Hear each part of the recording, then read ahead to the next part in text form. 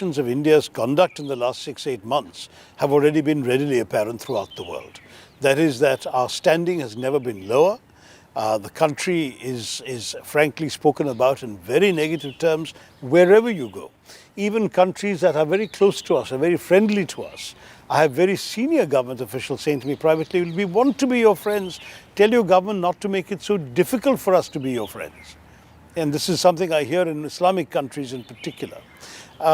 It's one of these situations where literally you pick up any foreign newspaper that has an article or an editorial on India in the last 6 months, and it's going to be a negative article or editorial.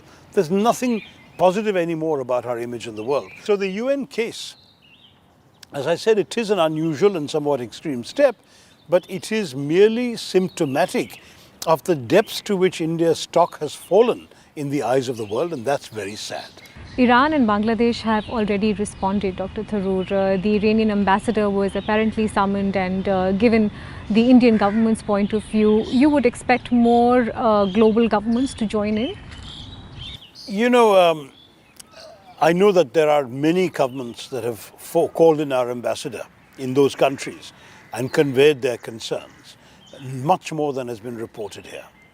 I know because I have friends in the diplomatic community who've told me that we had to call in your ambassador in such country, and we've told him there's disquiet in our country about these things. And these are in many cases countries which have excellent relations with us for a long time. So I want to say that there is no doubt in my mind that the government is either unaware of or oblivious to the very serious international ramifications of their narrow-minded domestic political choices. Polarization between Hindus and Muslims might work as a political tactic for the BJP. It has done immense damage to the standing of India as a country in the eyes of the rest of the world. And that is precisely, I fear, the reason behind all of this. I don't know whether the UN has a locus standi in our Supreme Court.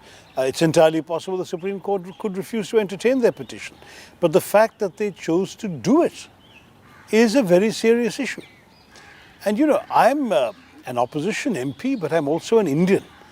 I don't want to feel ashamed of my country abroad. I want to go around saying that even if other people are running the country in power, in government, that it is my country and that we hold our head high in the world. We're not able to hold our head high anymore. We are seen in the most contemptuous terms by many, many countries and by right-thinking people in any liberal democracy. And that's something that is truly chastening for any proud Indian.